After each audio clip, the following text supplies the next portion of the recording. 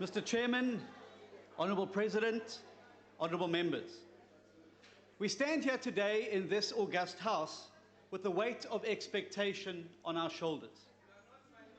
Our country is at a turning point, and all of us here can feel it. But there can be no excuse for what transpired in this House here last Thursday evening. I think that most of us were deeply embarrassed by the scenes that we witnessed before the President's speech. Honourable members, we don't have to agree with each other. We don't have to like each other. And we don't even have to be that nice to each other. But we do have to respect the rules of this House. Collectively, we represent 58 million South Africans.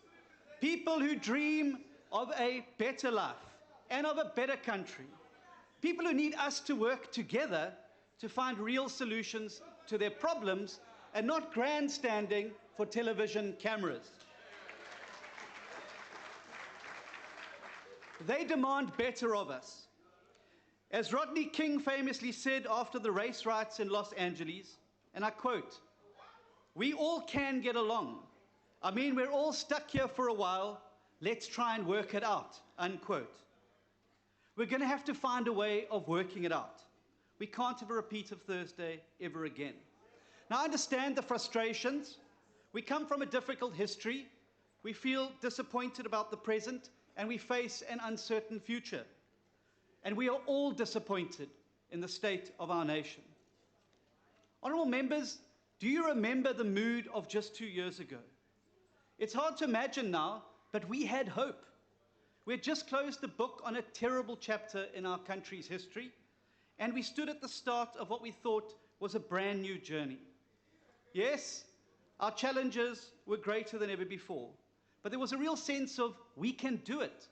To reinforce that slogan, we were alive with possibilities. Honourable President, I was one of those people who had hope. I had real hope that you were just maybe the one who was going to lead us out of the darkness and into the new dawn that you promised us, through our turbulent times and into a direction of prosperity. And I was not alone. You had a nation behind you, willing you on to succeed every single day. You had more support and trust than any leader who stood at this podium since Nelson Mandela. Your position in your own party was as strong as it could ever be. They needed you to avert the disaster of a 2019 election result. Mr. President, you were untouchable. You held all the cards, Mr. President. And then you went and blew it. You let us down. You failed to make the required reforms to free up our economy, win back investors, and create jobs. And so instead of turning the corner and getting better, things have got worse. Today it's hard to remember how we all felt back then, because the litany of bad news in recent times is relentless. Over the past 2 years, every single number in our country has moved in the wrong direction. Economic growth has ground to a halt. Foreign direct investment is down. Tax revenues are down. Crime is up. And jobs are being lost in their hundreds of thousands. We have seen mines, retailers and factories shut their doors or move and leave our shores, cutting thousands of the precious jobs we need. We've seen municipality after municipality fail, leaving communities without access to basic services, without water, toilets, or usable roads. We have seen the return of job-killing load shedding and the need to add even more stages to it to reflect the condition of state-run Eskom. Since you delivered your Sona speech in this House 2 years ago, over 1 million more South Africans have joined the ranks of the unemployed. Over 10.4 million working-age South Africans today do not have a job. Now, I'm not going to stand here and say that this happened on your watch, Mr. President. I think that would be too kind. It didn't just happen on your watch. It happened by your hand. You've put us in this situation, sir. You had your chance, and you blew it. You're not the reformer that South Africa thought you were. You don't have the guts to make the tough choices that our country needs. You're not brave enough to take on the unions that hold our country to ransom every day. And you don't have the courage to take and deal decisively with the corrupt people in your own party. And so, while you were telling us on Thursday evening how you fought back against corruption, you had people like Zundile Gumede sitting right here in this house. While you were telling us how you've acted decisively against state capture, the beneficiaries of state capture, some of them chairs of portfolio committees in this house, sat in those very benches. And while our country waited with bated breath for the long-awaited promised arrest to be made, we have to learn in a document sent from Parliament to the Public Services Committee that there will be no arrests, no prosecutions, and no orange overalls this year. And that's why, instead of a new dawn, there is a new despair. Through your actions and your decisions these past 2 years, you might have strengthened your internal position. You might even have strengthened the tripartite alliance. But you have hurt the people of South Africa. And that, Mr. President, will be your legacy. The man who dared us to dream and who then led us into a nightmare. And I'm not saying your choices were easy, but doing the right thing under difficult circumstances is what separates great leaders from ordinary leaders. Every great leader in history has at some point had to pick a course of action that was counterintuitive or risky. Choices that would inevitably have put them at odds with the people around them. Most famously, perhaps, was Nelson Mandela, whose decision 3 decades ago to enter into peaceful negotiations for our new democracy and our constitution, he was undoubtedly under enormous pressure from people within the liberation movement to choose a different path, to seek retribution. But because he chose peace and reconciliation, we have a democracy today that truly belongs to all of us. History is full of such examples. Think of Abraham Lincoln and the choice he faced before the start of the Civil War. Should he allow the southern states full autonomy for them to continue with the abhorrent practice of slavery, or should he take action? Many lives were lost in the war that followed, and this would forever rest on his shoulders. But history will remember him as the man who ended slavery and who united his country. Great leaders recognize their defining moments, and they then have the courage to make the decisions that need to be made at that moment, even if this means being met with resistance from the people around them. Your moment, Honourable President, came on Thursday last week, and you blew it. It was a simple choice, country or party. And unfortunately, for the millions of South Africans, the people of this country, you chose your party. You chose to maintain the status quo because you don't want to be the man on whose watch the ANC splits down the middle. You chose to placate the enemies of growth instead of confronting them head-on. Nelson Mandela once said that your choices must reflect your hopes and not your fears. Your choices, Honourable President, as expressed in your Sona speech, reflected only your fears. This was your defining moment, and you let it slip away. On Thursday evening, you needed to face the truth. You needed to acknowledge that in its current form, Eskom is dead. You needed to tell the country and your allies in the Tripartite Alliance that throwing billions and billions of rands at Eskom is economic suicide.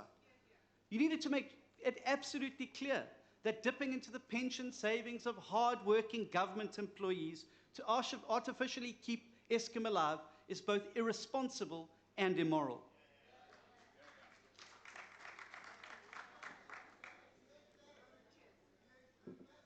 Euthanasia is never an easy option, but sometimes it is the most humane option.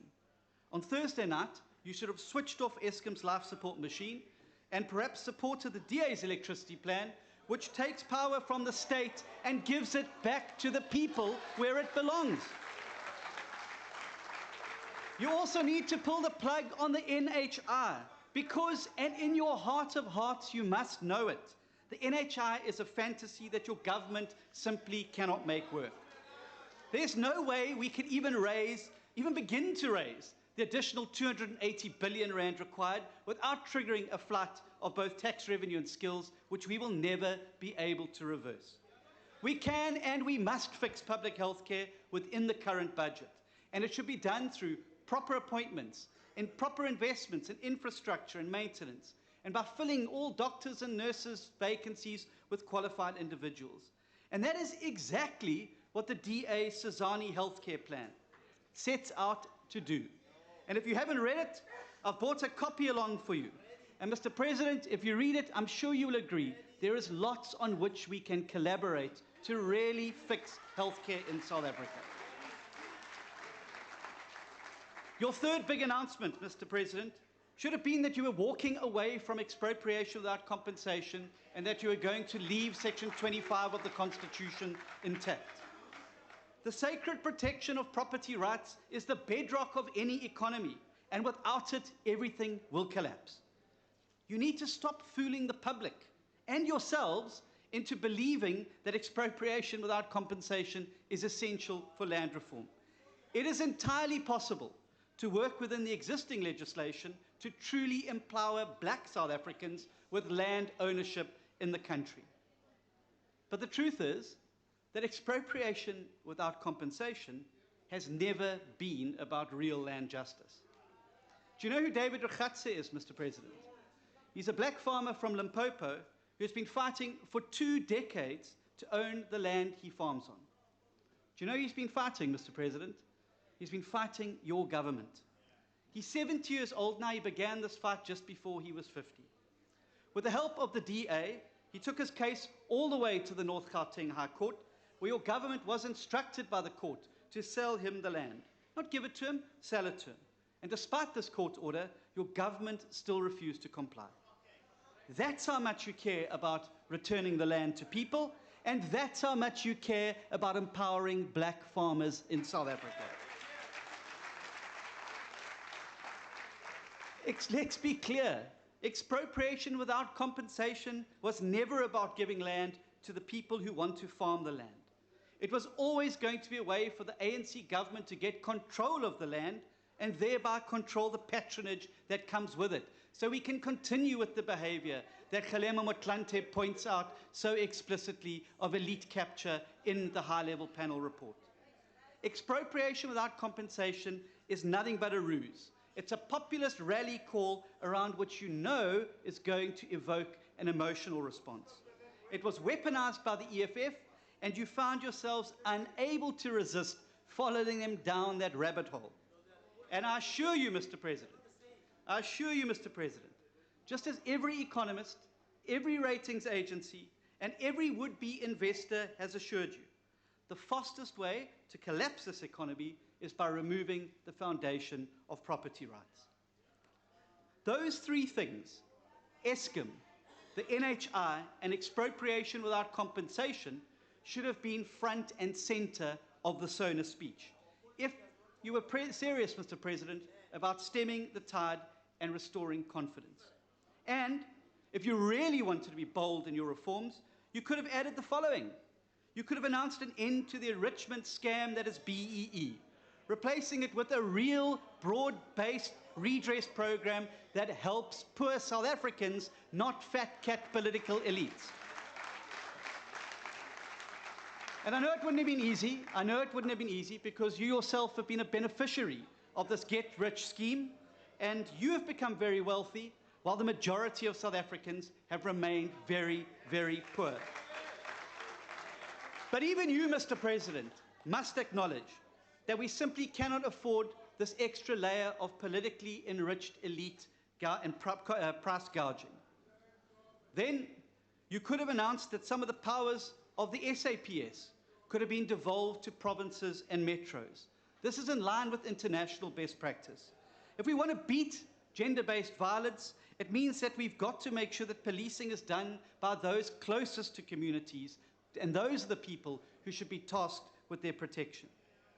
You could also have officially abandoned cadre deployment as a policy of your party.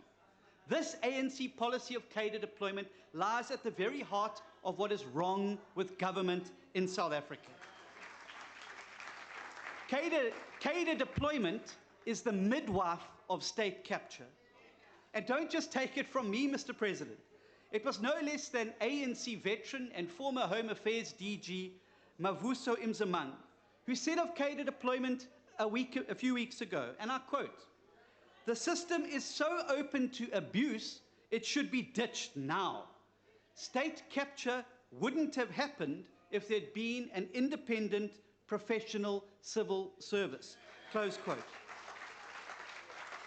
The fact is, Mr. President, your comments last month and last Thursday about building a capable state mean nothing as long as the politically connected feeding trough remains open. And not even a week after you announced your commitment to ending dodgy appointments, we had a health minister appointing his compromised niece in his department. We had the Public Service Commission head appointing his mistress. And we had the Minister of Human Settlements, Water and Sanitation appointing none other than the discredited Menzi Simelane and the disgraced Mo Sheikh as her special advisors. And you let it happen. Party first, country second. South Africans are tired of hollow words, Mr. President. I've seen firsthand the devastation that is wrought and caused by failed governments in places like Butterworth, Sianqoba, and Kwakwa. The capable state will remain a distant dream as long as you build it with your incapable government. And finally, you could have announced an immediate review of all labor legislation, and particularly where this inhibits small, medium, and micro enterprises from hiring people into work. The owners of these businesses are potentially your best allies in creating jobs and fighting employment. You need to help them create jobs, Mr. President. Instead, you kowtow to the trade union bosses who dangle you continuously on a piece of string. These announcements would have been the speech of a real reformer. It would have been a sona for the people of South Africa. But the truth is you couldn't do it because the interests of your party and its allies outweighs the needs of the 58 million South Africans who are watching us today at home. And yes, your speech had a few good moments, Mr. President. Adding grid capacity from renewable energy, natural gas and hydro is a good idea. Allowing commercial and industrial users to produce their own electricity and expediting their applications is a good idea. Opening bid window 5 of the renewable energy RPP is a good idea, Mr. President. And letting municipalities procure their power directly from producers is a very good idea. But here's the thing. You can't claim these as your ideas.